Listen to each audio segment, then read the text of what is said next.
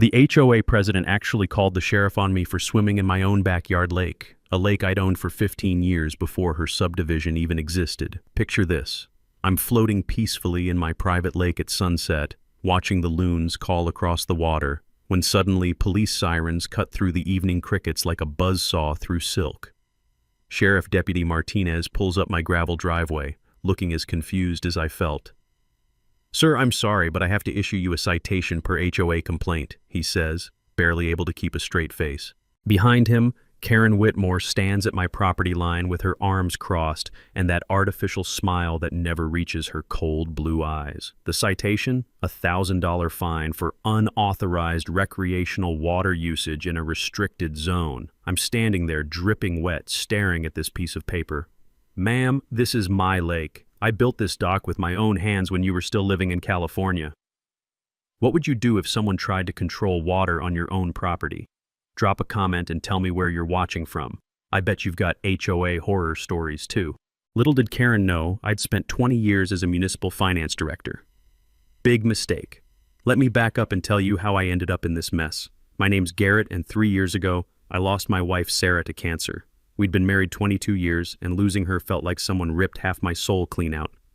The grief was suffocating. You know that feeling where you can't breathe, can't think, can't imagine tomorrow without them. So I did what any broken-hearted widower would do. I moved to the middle of nowhere. Well, not exactly nowhere. I inherited my grandfather's 4-acre property in rural North Carolina, complete with a spring-fed lake that's been in our family since 1952. Pop built the original cabin with his own hands after coming back from Korea, and that lake saved his sanity just like it was about to save mine. Picture this place. Crystal clear water fed by underground springs, surrounded by towering pines that smell like Christmas morning. Every dawn, loons call across the water while mist rises like ghosts dancing on the surface. I'd sit on the dock Pop built, sipping coffee from Sarah's favorite mug, the one with the chipped handle she refused to throw away, watching rainbow trout rise to catch insects. The silence was therapeutic. No traffic, no deadlines, just the whisper of wind through branches and the occasional splash of a jumping fish. I'd spent 20 years as municipal finance director for Millbrook County, auditing budgets and catching crooked contractors who thought they could slip inflated invoices past the city. Back then, I'd learned that most government harassment stems from obscure ordinances that nobody bothers to challenge, knowledge that would prove invaluable when dealing with petty tyrants like Karen. But after Sarah died, I retired early. The lake became my sanctuary, my therapy, my reason to get up each morning. Then Karen Whitmore happened. Like a hurricane wearing designer shoes and demanding to speak to Mother Nature's manager. In 2019, some developer bought the old logging road that bordered my north fence. Before I knew it, bulldozers were scraping away 100-year-old oak trees, and the sound of chainsaws replaced my peaceful mornings. The smell of diesel exhaust and fresh-cut lumber began drifting across my property like an industrial plague, mixing with the pine scent until it smelled like a hardware store had exploded in a forest. Within 2 years, 47 McMansions sprouted like mushrooms after rain. Lakeside luxury estates, they called it, which was hilarious, considering their only lake view was of my property. But hey, nothing says luxury like paying $800,000 to stare at someone else's water through your kitchen window, right? Karen moved in from California, driving a white BMW with personalized plates reading Real TR1 and an ego the size of Texas. She was everything you'd expect. Blonde highlights that cost more than my monthly grocery bill, designer purse that probably cost more than my truck, the kind of artificial smile that screams, "I've never met a homeowner's fee I didn't want to double." Within 6 months, she'd maneuvered herself into HOA president and started her campaign to civilize us poor country folk. It began with passive-aggressive neighborly visits. She'd click across my gravel driveway in her stilettos, which, let me tell you, stilettos on gravel sounds like a tap dancer having a seizure, bringing store-bought cookies while commenting how my rustic cabin had such character. The overpowering scent of her perfume would mix with the natural pine breeze like cheap air freshener in a funeral home. When I politely declined her offer to buy my land for 60 cents on the dollar, her plastic smile turned predatory. That manicured mask slipped just enough to show the calculating real estate shark underneath. The harassment started small. Complaints to the county about my unpermitted dock. I showed them permits from 2008, older than half her subdivision. Then she claimed my trout were contaminating the watershed. The environmental inspector actually laughed and said my lake was cleaner than most municipal water supplies. But Karen had done her homework. She discovered some forgotten 1920s ordinance about recreational water usage permits, the kind of bureaucratic fossil that survives in dusty law books like a legal parasite. During my municipal days, I'd seen how these dormant ordinances could be weaponized against property owners who didn't know their rights. She convinced the county commissioners, conveniently her former real estate clients, to amend it retroactively. Suddenly, any lake activity within 500 feet of residential developments required HOA approval. My lake, which had existed for 70 years before her subdivision was even a fever dream in some developer's brain, was now subject to Karen's authority. The woman who'd lived here for 18 months was trying to control water that had been in my family for 3 generations. That's when she made her first big mistake. She called the cops on a grieving widower just trying to heal in his own backyard. Bad move, Karen. Really bad move. 2 weeks after the swimming citation, Karen showed up at my door with reinforcements. I was sitting on my porch, enjoying the morning coffee ritual that kept me sane, when I heard the crunch of multiple vehicles on my gravel driveway. The smell of fresh pine mixed with something that reminded me of bureaucratic desperation, that particular scent of cheap cologne and sweaty polyester that follows small-time con artists. Karen stepped out of her BMW wearing a triumphant smirk, followed by a guy in an ill-fitting county inspector uniform. His name tag read Randy Morrison, and he carried a clipboard like it was Excalibur, and he was the chosen king of petty harassment. "Mr. Henderson," Karen announced with fake sweetness, "we've received an anonymous complaint about your commercial fishing operation." I nearly choked on my coffee. Commercial fishing? Lady, I stock this lake for my own recreation. Randy puffed out his chest and slapped his clipboard against his leg, a nervous tic that would have been funny if he wasn't trying to shake me down. "Sir, you're going to need to show me your business license for this aquaculture facility, or I'll have to issue daily fines of $500 until you achieve compliance." Now, I've dealt with enough crooked inspectors during my municipal days to know when someone's running a con.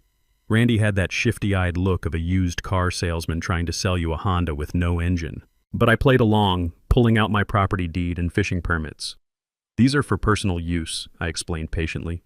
"I stock about 50 trout twice a year for my own fishing." Randy barely glanced at the paperwork. "Anonymous complaint says you're running an unlicensed commercial operation. Until you prove otherwise, this lake is shut down." That night, while Karen probably celebrated with wine that cost more than most people's car payments, I fired up my old laptop. 20 years of municipal work had taught me that every bureaucrat leaves a paper trail, and Randy Morrison was about to get his examined under a very bright microscope. First discovery: Randy's inspector credentials had expired 2 years ago. The man threatening me with daily fines wasn't even legally authorized to inspect a lemonade stand, let alone my property. I remembered a case from my county days where a fake inspector had tried similar tricks. The key was documenting everything before they realized they'd been caught. I screenshot his expired license, filed a formal complaint with the state licensing board, and started digging deeper. A thorough search of public records revealed Randy had been conducting inspections across 3 counties using his expired credentials. This wasn't just incompetence, it was systematic fraud. When the state board contacted Randy about his unlicensed activities, he apparently had a complete meltdown. Word travels fast in small counties, and I heard through the courthouse grapevine that he'd called Karen in a panic, begging her to fix this somehow. Karen, being the strategic genius she was, decided the best defense was a good offense. 3 days later, an official-looking bill appeared in my mailbox. The Lakeside Luxury Estates HOA was now charging me a liability insurance surcharge of $500 per month for dangerous water activities. They'd backdated it to January. It was now July, so I supposedly owed $3,000. I had to admire the audacity. Karen was basically charging me rent to swim in my own lake that my grandfather had dug with a borrowed bulldozer in 1952, while Randy faced a $10,000 fine and possible criminal charges for impersonating an inspector. I was researching property law precedents. Years ago, I'd studied a landmark Supreme Court case about government overreach, Lucas versus South Carolina, where some bureaucrats tried to ban all development on a guy's coastal property. The court ruled that government can't eliminate all economically beneficial use of property without compensation. The principle was simple. They can't force you to pay fees for legal activities on your own land. Armed with this precedent, I filed a preliminary injunction in county court to stop Karen's shakedown. But I also had a surveyor come out to confirm my property boundaries. Call it intuition from dealing with shady characters for 2 decades. The survey results were like Christmas morning and winning the lottery rolled into one. Karen's precious subdivision encroached 15 feet onto state forest land. 3 of the McMansions, including one belonging to her cousin Danny, were technically trespassing on public property. I made an anonymous tip to the state forestry department. Sometimes the best revenge is just following the rules while watching your enemies hang themselves with their own rope. Within a week, 3 HOA houses received violation notices for illegal land use. The potential fines? $50,000 per structure, plus removal costs. Suddenly, Karen's measly $3,000 bill looked like pocket change. The next morning, Karen stormed across my property line like Sherman marching through Georgia. Except Sherman probably had better manners. Her face was red enough to stop traffic, and she was screaming about harassment and ruining property values, loud enough to scare the loons off my lake and probably wake the dead in the next county. "You think you're so smart," she shrieked, jabbing a manicured finger in my direction. "I'm going to sue you for intentional infliction of emotional distress." I calmly handed her the court papers for my injunction hearing, still warm from the printer. "See you in court, Karen. Bring your checkbook. And maybe a good lawyer, because you're going to need both." Her mouth opened and closed like one of my trout gasping for air. The sound of her heels retreating on gravel was music sweeter than any loon song. Karen apparently learned nothing from the Randy debacle, because 2 weeks later she decided to escalate to psychological warfare. And by psychological warfare, I mean she called Channel 7 News. I was feeding my trout their morning breakfast. Yes, I actually had a feeding schedule, don't judge me, when I heard the rumble of a news van coming up my driveway. The crunch of gravel under those heavy tires has a distinct sound, like someone stepping on bubble wrap made of rocks. Out stepped reporter Megan Torres, followed by a cameraman who looked like he'd rather be covering literally anything else. Behind them, Karen emerged from her BMW wearing what I can only describe as her concerned citizen costume. Conservative blazer, minimal makeup, and an expression that suggested she was fighting back tears over the tragic plight of endangered property values. "Mr. Henderson," Megan called out, approaching with that practiced reporter stride, "we're here about concerns that your lake activities are threatening the community's water supply." I looked at Karen, who was positioning herself strategically in the background with 3 neighbors she'd apparently recruited as props. Their faces showed the kind of manufactured concern you see in pharmaceutical commercials right before they list the side effects. "Ma'am," I said, setting down my fish food, "I'm not sure what concerns you're referring to." The questions started coming fast. Was I aware of the environmental risks? Did I care about children's safety? What about property values? Karen had clearly coached Megan with loaded questions designed to make me look like some kind of ecological terrorist. But here's the thing about spending 20 years in municipal meetings.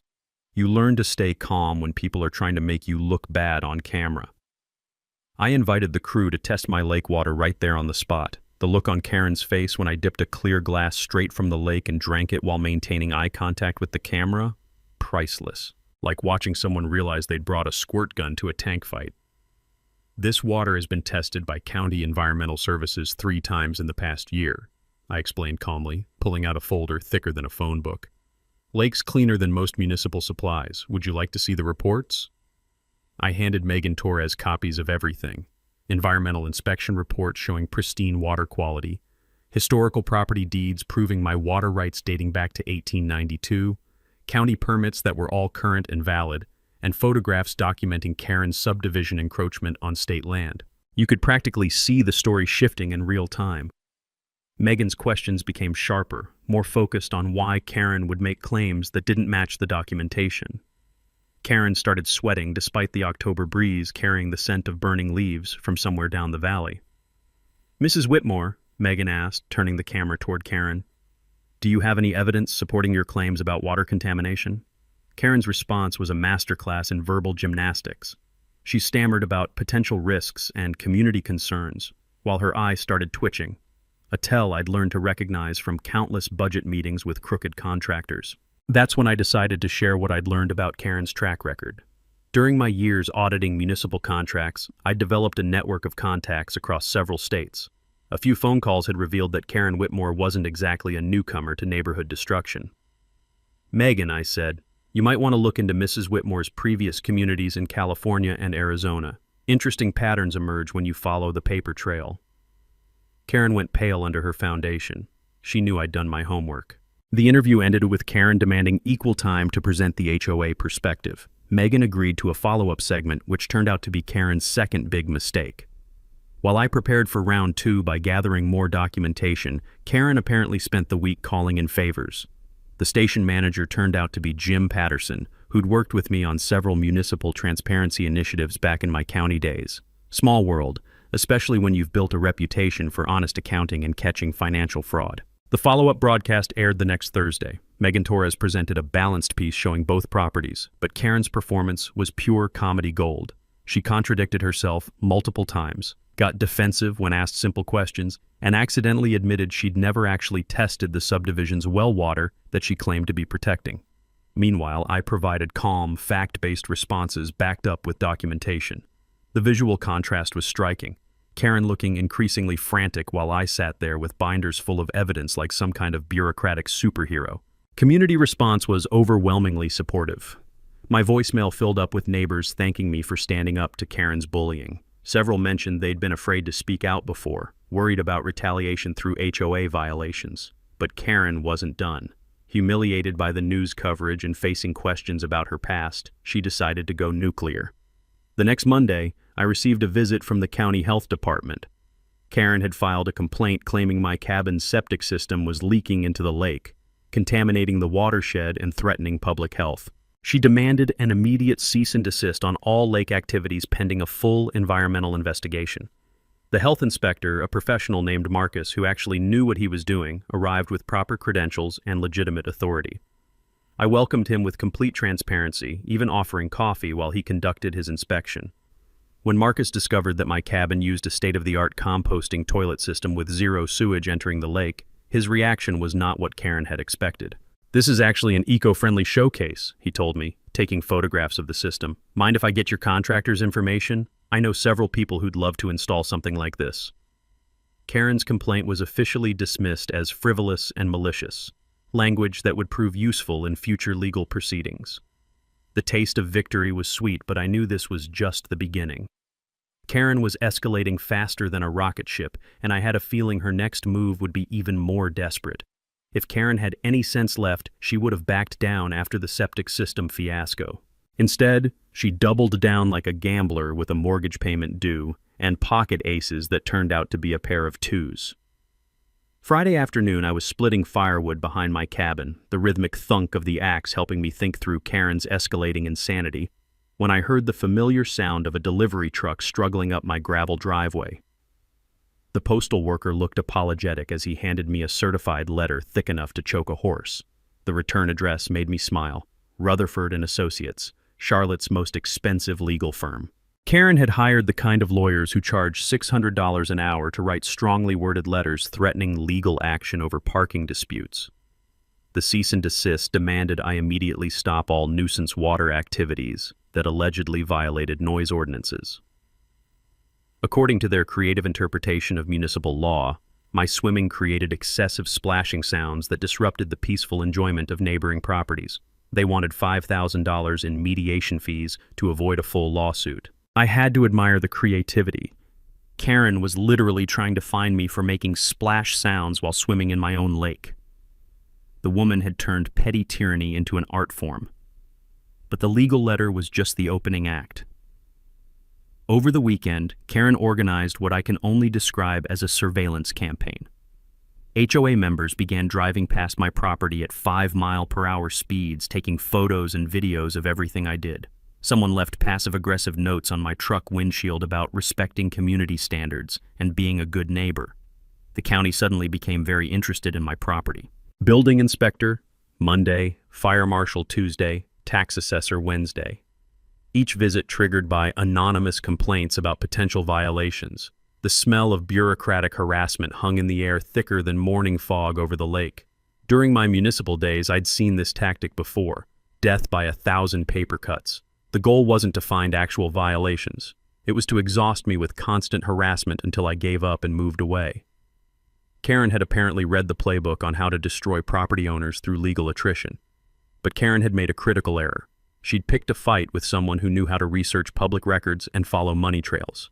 That weekend, I spent 2 days in the basement of the county records office, a place that smells like old paper and broken dreams. What I discovered was better than Christmas morning. Karen's subdivision had been built using an emergency wetlands permit that required a 25-foot buffer zone from all natural water sources. 3 houses, including Karen's own McMansion, had been built within the buffer zone. The violations carried potential fines of $10,000 per day, with possible demolition orders if the environmental impact was severe enough. But that wasn't the best part. I also requested the HOA's financial statements under North Carolina's public records law, something any property owner within the association's jurisdiction can do. What I found made Randy's fake inspector credentials look like a parking ticket. Karen had been treating the HOA treasury like her personal piggy bank. No competitive bidding for maintenance contracts, despite state law requiring it for expenditures over $10,000. Her husband Rick's landscaping company held an exclusive $45,000 annual contract. Pool maintenance went to her cousin Danny for $28,000 a year. The legal fees category included payments to her personal attorney for matters completely unrelated to HOA business. Years ago, I'd worked on a case involving a municipal official who'd used similar self-dealing schemes. The key was documenting the pattern and showing deliberate intent to defraud. Karen had left a paper trail wider than Interstate 85. While I was building my case, Karen filed for a temporary restraining order against me. She claimed I was stalking and harassing HOA members and had threatened violence during our property boundary dispute. The court hearing was scheduled for Tuesday morning, with sheriff's deputies serving papers while I was feeding my trout their evening meal. I hired Patricia, an attorney who specialized in HOA disputes and had a reputation for eating corrupt board members for breakfast. Patricia reviewed my documentation and smiled the kind of smile that makes opposing lawyers very nervous. "Garrett," she said, spreading the evidence across her conference table, "Karen's about to learn why you don't bring a knife to a gunfight." The court hearing was pure theater. Karen arrived with 3 HOA members as witnesses, all wearing their Sunday best and practicing their concerned citizen expressions. I brought a binder of evidence that could have doubled as a boat anchor. Judge Margaret Yates, a no-nonsense woman with 30 years of experience dealing with frivolous lawsuits, reviewed the materials with the thoroughness of a forensic accountant. Karen's witnesses contradicted each other under basic questioning, and my security camera footage clearly showed who was doing the actual harassing. When Karen's attorney tried to present evidence of my threatening behavior, Patricia produced audio recordings of every interaction. Karen's voice on the recordings sounded increasingly unhinged, while mine remained calm and professional throughout. Judge Yates dismissed Karen's restraining order request and issued a temporary protective order against Karen, ordering the HOA to cease surveillance and trespassing. She also awarded me $2,500 in attorney fees and warned Karen about potential perjury charges for making false statements under oath. Karen's meltdown in the courthouse parking lot made local news. She screamed at the judge about the corrupt system and ranted about me destroying the community loud enough to wake the dead in 3 counties. The newspaper reporter who witnessed the outburst wrote a front-page story titled, "HOA President's Courtroom Tantrum." That evening, several subdivision residents approached me privately. They revealed Karen had been harassing them too. Pool parties shut down for noise violations, garden decorations deemed architecturally inappropriate, parking violations for guests staying more than 4 hours. Some residents were actually considering a recall petition to remove Karen from the board. But while I was savoring this small victory, Patricia had discovered something in the original HOA charter that would change everything. Hidden in the dense legal language was a clause I'd completely missed, one that would shift the balance of power permanently. Any property owner within 1,000 feet of the subdivision could petition to join the HOA as a voting member. My lake property not only qualified geographically, but as the largest single parcel, I would control 30% of the voting shares. Karen had been so focused on harassing me, she'd never realized I could simply join her little kingdom and vote her out. The irony was delicious. In her desperation to control my property, Karen had handed me the keys to controlling hers. While Patricia was preparing for our next legal move, she made a discovery that changed everything. She'd been reviewing the original subdivision plat maps, those boring technical documents that most people never bother reading, when she found something that made her call me at 6 in the morning. "Garrett, you need to get down here immediately," she said, her voice containing the kind of excitement lawyers only get when they find a smoking gun. Karen's entire development is built on a house of cards, and it's about to collapse. I drove to her office through the early morning mist rolling off my lake, the smell of damp pine needles mixing with anticipation. Patricia had coffee brewing and documents spread across her conference table like a detective solving a murder case. The revelation was stunning. Karen's development violated the original county master plan in ways that could shut down the entire subdivision. The area had been designated for low-density rural residential development, meaning a maximum of 16 homes on the 95-acre parcel. Karen's 47 McMansions exceeded the zoning density by over 300%. But here's where it got interesting. The developer had gotten around this restriction through something called an emergency housing shortage provision, a loophole created after Hurricane Florence displaced thousands of families in 2019. Emergency variances allowed higher density development temporarily to address the housing crisis. The key word was temporarily. These emergency provisions expired after 5 years unless specifically renewed by the county commission. Karen's subdivision variance would expire on December 15th, just 6 months away. If the variance wasn't renewed, 31 houses would have to be demolished to meet the original zoning requirements. The remaining 16 homeowners would face a financial apocalypse. Patricia pulled up the HOA financial projections on her laptop. Current assessments are calculated assuming 47 paying units at $320 per month, she explained. If 31 houses get demolished, the remaining residents would have to cover the same operating costs with only 16 units. The math was brutal. Monthly assessments would jump from $320 to $940 per house. Most residents had no idea they were living in a financial time bomb, but the real bombshell was what Patricia found in Karen's correspondence files, obtained through our discovery process. Karen had known about the expiration date all along. She'd been secretly lobbying county commissioners for renewal, but her harassment campaign against me had backfired spectacularly. During my years in municipal finance, I'd worked with several current planning commission members on various projects. They remembered me as the guy who always followed proper procedures and caught financial irregularities before they became scandals. Commissioner Martinez had specifically mentioned that nice man with the lake as an example of responsible rural development. Karen's public meltdown and legal harassment had turned potential allies into enemies. Her chances of getting the variance renewed were somewhere between slim and non-existent. Patricia then showed me the original HOA charter documents, focusing on a section that made my coffee taste sweeter. The charter defined membership as all property owners within the community boundaries, which included a 100-foot buffer zone around the entire subdivision. My property fell within that buffer zone by 23 feet. As a pre-existing property owner with legal standing, I had the right to join the HOA as a voting member. The charter specified that voting power was proportional to property size and assessed value. My 4-acre lakefront property was assessed at $485,000, while the average subdivision home was assessed at $225,000. Under proportional voting rules, I would control 31% of all HOA decisions. If you join the HOA, Patricia explained, you can block any assessment increases, call special elections for board positions, access all financial records without jumping through public records hoops, and propose charter amendments with your voting bloc. The irony was perfect. Karen had spent months trying to control my property through HOA regulations. Now I could join her HOA and control her, but as I sat there looking at the legal documents, I realized something important. I didn't want to destroy this community. Many residents were victims of Karen's schemes just like me. The real solution wasn't revenge, it was removing the cancer and healing the patient. My goal shifted from payback to community restoration. Remove Karen, fix the financial problems, create a sustainable HOA that actually served its residents instead of feeding one person's power addiction. Karen, meanwhile, had somehow learned that information about the zoning expiration was leaking. She'd called an emergency HOA meeting for the following Saturday, claiming urgent financial matters required immediate attention. The meeting notice went out with minimal advance warning, a classic suppression tactic to limit attendance. I had 72 hours to file my HOA membership application and gather support from dissatisfied residents. Saturday morning would become the showdown for control of the community's future.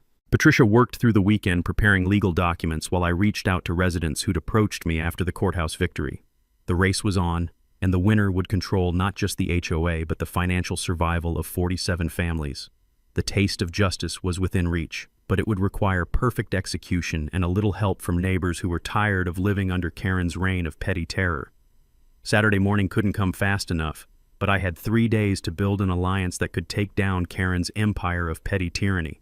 The smell of fresh coffee and determination filled my cabin as Patricia and I mapped out our strategy like generals planning D-Day. First recruit, Janet Morrison, the retired teacher who lived on Maple Court and had been documenting Karen's overreach for 2 years. Janet had that quiet steel you find in educators who've dealt with difficult parents and budget cuts. Karen had fined her $200 for installing a non-conforming bird bath. Apparently, concrete doves violated the architectural covenant's vision of suburban paradise. When I called Janet, her voice carried 20 years of suppressed frustration. "Mr. Henderson, I've been waiting for someone to stand up to that woman. What do you need?" A Janet spiral notebook contained 2 years' worth of violations, fines, and harassment incidents, organized with the precision of a teacher's gradebook. She documented everything from Karen's surprise inspections to the HOA board meetings where dissenting voices were systematically ignored. Next was Bob Martinez, an accountant who lived on Oak Ridge Drive and had the misfortune of asking questions about HOA finances. Bob was the kind of numbers guy who noticed when spending didn't add up, a dangerous trait in Karen's world of creative accounting. "I've been trying to review actual invoices for months," Bob explained when we met at the local diner, the smell of bacon grease and honest conversation filling the air. "Karen claims everything's proprietary information, but I've found $43,000 in unexplained expenses just in this year's budget." Bob's spreadsheet showed a pattern of financial irregularities that would make any auditor's heart race. Landscaping bills that didn't match the actual work performed, equipment purchases with no delivery records, legal fees for services that had nothing to do with HOA business. Our third ally was Lisa Park, a civil engineer who'd originally designed the subdivision's drainage system before Karen modified the plans without proper permits. Lisa had that practical intelligence of someone who builds things that have to work in the real world. "Karen changed my drainage specifications to save money," Lisa explained during our strategy meeting at my cabin. "Now her modifications dump runoff directly toward your lake. The violations could shut down the entire subdivision if the state environmental agency gets involved." Lisa brought technical expertise and professional credibility, exactly what we'd need to counter Karen's emotional manipulation tactics. Friday evening, we held our final strategy session around my kitchen table. Patricia had prepared 3 binders of evidence, each organized for maximum impact. The plan was surgical: expose Karen's financial fraud, reveal the zoning time bomb, and present my membership application as the solution to both problems. Bob would handle the financial presentation, using simple charts that any homeowner could understand. $45,000 to Rick's landscaping company for work valued at $18,000. $28,000 for pool maintenance that was actually performed weekly instead of the contracted daily service. Legal fees that included Karen's personal divorce attorney, paid with community funds. Janet would read testimonials from harassed residents, showing the human cost of Karen's power addiction. Lisa would explain the infrastructure violations and environmental risks that Karen had hidden from the community. During my municipal years, I'd learned that people respond to stories more than statistics. We needed residents to see Karen as the problem, not just a symptom of bad governance. Every violation, every fine, every act of harassment was part of a pattern designed to consolidate power and extract money from the community. Patricia reviewed the legal procedures we'd need to follow. North Carolina HOA law required that emergency board elections could be called by any member presenting evidence of financial mismanagement. My membership application would give me standing to make such a motion, and my 31% voting share would make it impossible for Karen's supporters to block. The backup plan was equally important. If Karen tried to end the meeting early, Patricia would cite specific bylaw requirements for addressing member concerns. If Karen claimed I couldn't speak as a non-member, my application gave me immediate standing. If she called police, all our documentation was legally obtained and we'd be on public property. Saturday morning arrived with the kind of crisp October air that makes everything feel possible. We met at my cabin at 7 a.m., 3 hours before the scheduled HOA meeting. The smell of bacon and coffee mixed with nervous energy as we reviewed our final preparations. Janet was nervous but determined. Someone has to stop her before she destroys this community completely. Bob was excited about finally exposing the financial fraud. Numbers don't lie, and Karen's numbers have been lying for 3 years. Lisa brought maps and technical drawings that would make Karen's infrastructure violations impossible to ignore. When residents see how much money she's wasted on shortcuts, they'll understand why their fees keep increasing. I felt calmer than I had in months. After years of reactive defense against Karen's attacks, we were finally going on offense with overwhelming evidence and legal authority. Patricia distributed copies of all our documents and reminded everyone about Karen's likely tactics. We should expect personal attacks, false accusations, and emotional manipulation. The key was staying focused on facts and letting Karen's behavior speak for itself. At 9:30, we loaded our evidence into Bob's van and drove to the community center. The taste of anticipation was sweet, mixed with the satisfaction of knowing we'd done our homework thoroughly. Karen's reign of petty terror was about to end, and justice would be served with a side of proper financial documentation. The only question was whether Karen would go quietly or take the entire subdivision down with her in a blaze of narcissistic fury. The week leading up to our showdown, Karen went completely off the rails. Like a cornered animal with a law degree and access to social media, she launched what I can only describe as a scorched earth campaign designed to destroy my reputation before I could destroy hers. It started Friday night with threatening texts to Janet. "Spreading lies about HOA business is grounds for a defamation lawsuit," Karen wrote at 11:47 p.m. Apparently, insomnia and desperation make great bedfellows. She followed up by calling Bob's accounting firm Monday morning, claiming he was using company resources to harass innocent community volunteers. The pièce de résistance was her call to the state engineering board, reporting Lisa for professional misconduct because she dared to point out Karen's unpermitted drainage modifications. 3 women who'd simply asked questions about their community were now facing professional retaliation from a HOA president who'd completely lost touch with reality. But Karen wasn't done. She filed another police report claiming I'd threatened violence during our property boundary dispute, conveniently forgetting that our entire interaction had been recorded on my security cameras.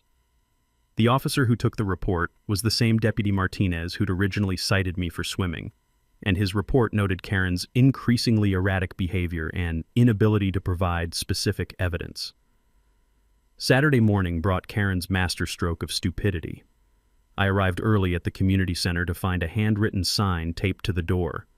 "Meeting relocated to 847 Maple Court due to security concerns." Karen's garage. The woman had moved an HOA meeting for 47 households into her 2-car garage, which could maybe hold 15 people if half of them were malnourished teenagers. The smell of motor oil and desperation hung in the air like a toxic cloud. Patricia immediately objected, citing HOA bylaws requiring adequate meeting space for all members. Karen's response was to claim security threats required limited attendance. Apparently, transparent governance was now a public safety issue. When residents started arriving and found themselves standing in Karen's driveway unable to hear anything, the grumbling began. Nothing exposes petty tyranny quite like forcing your neighbors to stand outside in October weather because you're afraid of democracy. "You don't even live here," Karen shrieked when I produced my membership application. "You can't tell us what to do." The look on her face when Patricia explained my legal right to join under the original charter was priceless, like watching someone realize they'd just stepped on a landmine. Her core supporters, including husband Rick and cousin Danny, suddenly understood that my 31% voting share would make their little power circle irrelevant. Karen's meltdown began in earnest. She screamed about illegal interference with a private association and claimed I'd forged documents and bribed county officials. The accusations became increasingly wild and paranoid, including suggestions that I was part of some elaborate conspiracy involving the county commissioners, the state forestry department, and probably the Illuminati. Several residents stepped back from Karen's ranting, clearly uncomfortable with her unhinged behavior. When your HOA president starts sounding like a street corner conspiracy theorist, even the most loyal supporters begin questioning their allegiance. Patricia invoked HOA Bylaw Article 12, Emergency Procedures, which required a vote to relocate when meeting space was inadequate. During my municipal days, I'd seen similar tactics used by city council members trying to suppress public input. The solution was always the same: force a vote and let democracy work. With 23 residents now present, the vote to move to the community center was 18 yes, 5 no. Karen refused to acknowledge the results, claiming only official board members could call meetings.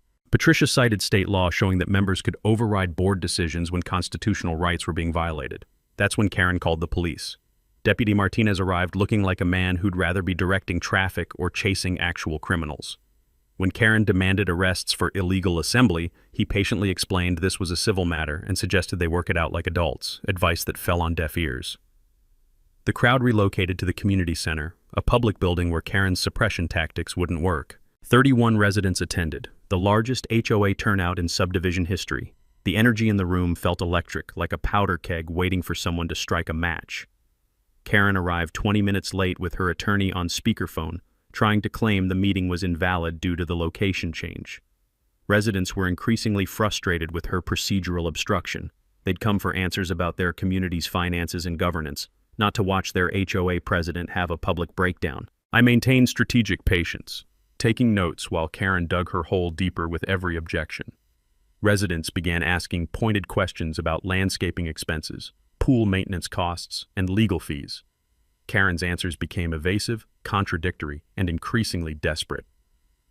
When Bob Martinez stood up and asked about the $45,000 landscaping contract, Karen claimed it was proprietary information that couldn't be discussed publicly. Bob produced public records showing the inflated billing, and Rick Whitmore visibly started sweating in the corner like a man watching his gravy train derail in real time. Desperate to change the subject from financial fraud, Karen launched a personal attack on me that would have made a political operative blush. She brought up Sarah's death, suggesting I was mentally unstable and posed a danger to families. She accused me of stalking innocent children and being a dangerous loner who threatens property values. The room went dead silent. Even Karen's supporters looked disgusted by her willingness to weaponize a widower's grief for political gain. Janet Morrison stood up, her voice shaking with righteous anger. Karen, you fined me $200 for a bird bath. When did we become so cruel to our neighbors? Other residents began sharing their own stories of harassment and intimidation. The dam had broken, and years of suppressed frustration came pouring out like water through a burst levee. Karen tried to adjourn the meeting, but residents refused to leave. The taste of democracy was too sweet after years of authoritarian rule. I approached the podium with my documentation binders, and Karen made one last desperate stand. I won't let you destroy our community, she screamed. I'm not trying to destroy it, I replied calmly. I'm trying to save it. The stage was set for the final confrontation. The week between our garage confrontation and the final showdown, Karen went completely nuclear. I'm talking full-scale, burn everything to the ground desperation that would have impressed Napoleon during his retreat from Moscow. She hired a private investigator, some sketchy ex-cop named Wade who drove a beat-up sedan and wore cologne that smelled like regret mixed with cigarettes. Wade started following me around town, taking pictures through my cabin windows, and even approached my elderly neighbor, Mrs. Patterson, asking questions about my mental state and daily habits.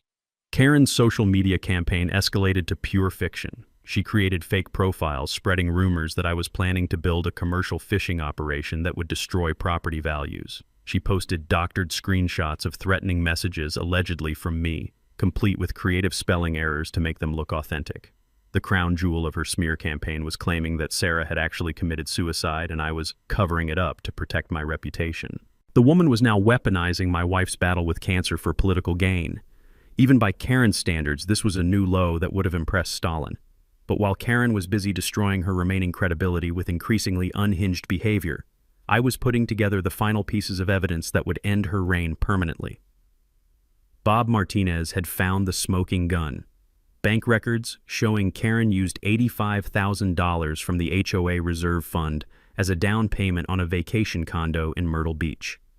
The withdrawal was documented as emergency roof repairs for the community center, but the same day the money left the account, Karen closed on Beach Breeze Condominiums Unit 247. Her social media posts from that weekend showed her celebrating at the beach while homeowners thought their reserve fund was paying for infrastructure improvements.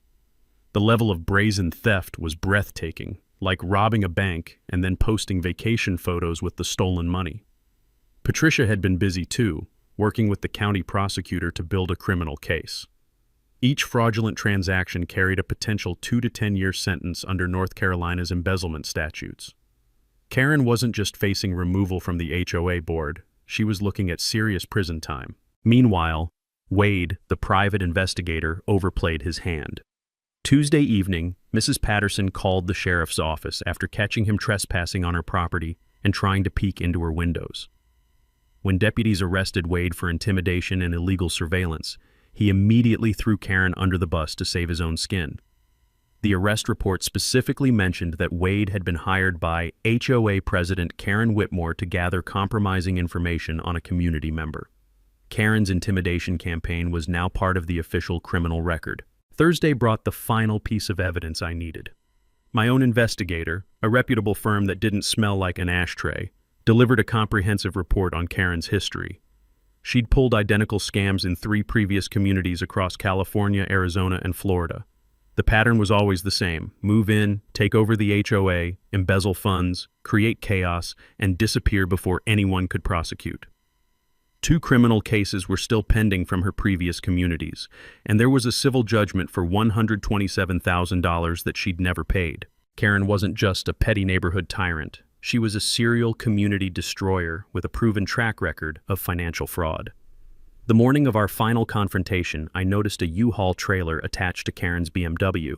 She was planning to flee immediately after the meeting, probably with whatever money she could steal before the authorities caught up. The community center was packed beyond capacity. 67 residents attended, more than had ever shown up for any community event. Megan Torres and her Channel 7 news crew set up discreetly in the back, having gotten a tip about the ongoing HOA investigation. County Prosecutor Williams sat in the back row with Detective Hayes, ready to execute an arrest warrant as soon as Karen incriminated herself on camera. Sheriff's Deputy Martinez stationed himself outside, knowing Karen's history of volatile behavior when cornered.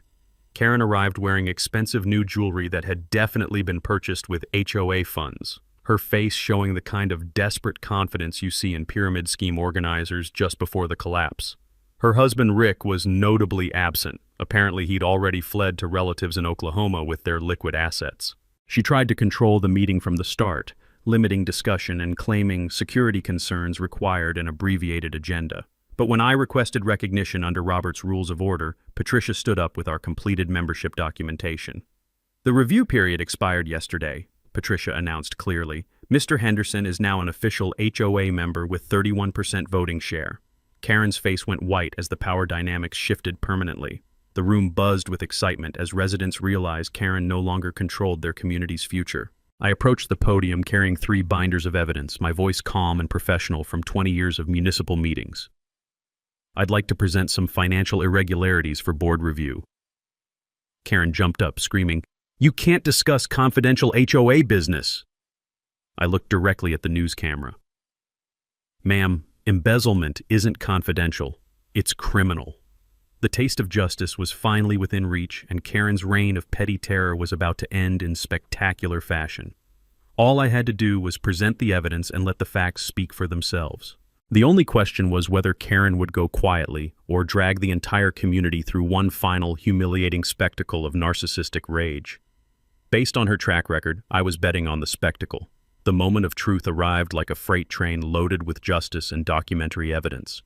67 residents packed into the community center, creating an electric atmosphere that smelled like anticipation mixed with the lingering scent of coffee from the concession stand. Channel 7's camera lights cast everything in stark relief, making the moment feel like a courtroom drama about to reach its verdict. Karen sat at the front table wearing her new jewelry-like armor, but her hands were shaking slightly as she shuffled through her stack of fake legal documents. The U-Haul trailer visible through the window told everyone exactly how confident she was about tonight's outcome. "I'd like to present some financial irregularities for board review," I announced, my voice carrying the calm authority of someone who'd spent 2 decades exposing municipal corruption. "You can't discuss confidential HOA business!" Karen shrieked, her voice hitting a pitch that probably scared dogs in the next county. I looked directly at the news camera and smiled. "Ma'am, embezzlement isn't confidential. It's criminal." Bob Martinez stepped up to the projection screen, his accountant's precision cutting through Karen's years of financial fog like a lighthouse beam through storm clouds. The first slide showed Karen's husband's landscaping company, billed $67,000, actual work value $23,000. "This represents a systematic pattern of inflated billing," Bob explained to the stunned audience. "Pool maintenance charge for daily service, actual visits weekly. Legal fees include payments to Mrs. Whitmore's personal divorce attorney paid with community funds." Karen launched herself at Bob's laptop like a rabid wolverine. screaming that the numbers were lies and fabrications. Her desperate attempt to shut down the presentation only made her look more guilty as security camera footage showed financial transfers from HOA accounts directly to her personal banking.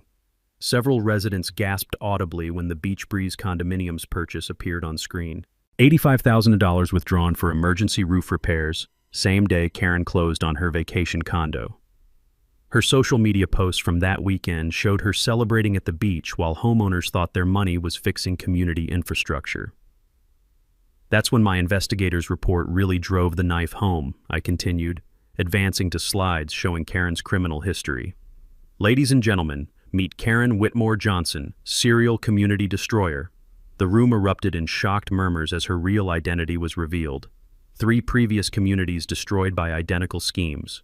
Criminal charges pending in California for grand theft and fraud. Civil judgment in Arizona for $89,000 in restitution, still unpaid. Karen's first complete meltdown began in earnest. She screamed that everything was lies and conspiracy, while her remaining supporters quietly edged toward the exits. When she grabbed for the microphone, her voice cracked with desperation. "This man is dangerous. He threatened to poison our water supply. He's been stalking children." The accusations became increasingly wild and obviously fabricated. She pulled out a clearly forged mental health evaluation with the wrong doctor's license number. The document was so obviously fake that several residents actually laughed out loud. That's when County Prosecutor Williams stood up, his badge glinting under the fluorescent lights. "Mrs. Whitmore, I'm Prosecutor Williams. You're accused of embezzling $127,000 from your neighbors." The camera crew moved closer as Karen realized she'd been recorded committing perjury and making false accusations on live television. Her face went through a spectrum of colors that would have impressed a mood ring. "This is illegal surveillance!" she shrieked, lunging at the camera crew. "You can't record me without permission!" The sound of her designer heels slipping on the polished floor as she stumbled was almost comedic, if the situation weren't so serious. Detective Hayes approached with handcuffs, reading Miranda rights while Karen screamed about conspiracies and illegal persecution. The charges were read clearly for the cameras: embezzlement, fraud, filing false police reports, and intimidation of witnesses. Each count carried serious prison time, and the evidence was overwhelming. As Karen was led away in handcuffs, still shrieking threats at everyone in sight, the community center fell into stunned silence. The U-Haul trailer was immediately searched, revealing stolen HOA property including a commercial-grade lawnmower and pool equipment worth thousands of dollars. After the police cars disappeared into the night, I addressed the shell-shocked residents who remained. "I never wanted to destroy this community," I said, my voice echoing in the suddenly quiet room. "I wanted to save it." The applause started slowly with Janet Morrison, then spread like wildfire through the audience. People were crying, hugging, and finally expressing years of suppressed frustration and relief. I proposed an immediate emergency vote to remove Karen from all HOA positions, which passed unanimously since her proxy votes were now invalid. A temporary board was elected on the spot, Bob as treasurer, Janet as secretary, and Lisa Park as president. When someone asked if I wanted a board position, I declined with a smile. "I'd prefer to be an advisor. My lake is always open for community fishing, and I think it's time we started actually being neighbors instead of combatants." The meeting ended with something I hadn't seen in 3 years: neighbors talking to each other like human beings instead of adversaries in a property value war. The taste of victory was sweet, but the real satisfaction came from watching a community begin to heal itself after years of authoritarian abuse. Karen's reign of petty terror was over, and democracy had won with receipts, documentation, and one very expensive U-Haul trailer full of evidence. Justice served with a side of proper financial accounting and a healthy dose of community solidarity. The best part? It was all completely legal, thoroughly documented, and captured on camera for posterity. Sometimes the good guys really do win, especially when they bring better lawyers and actual evidence to the fight. 6 months later, I'm sitting on my dock watching children learn to fish while their parents actually talk to each other like neighbors instead of property value warriors. The smell of grilling burgers from our first annual Lake Day Festival drifts across the water, mixing with the pine scent and sound of genuine laughter, something this community hadn't heard in years. Karen got 4 years in state prison after pleading guilty to avoid trial. The asset forfeiture process recovered most of the stolen money, including her precious beach condo that was seized faster than you could say emergency roof repairs. Her husband Rick was extradited from Oklahoma and received 18 months for conspiracy, while fake Inspector Randy got probation and a permanent ban from any government work.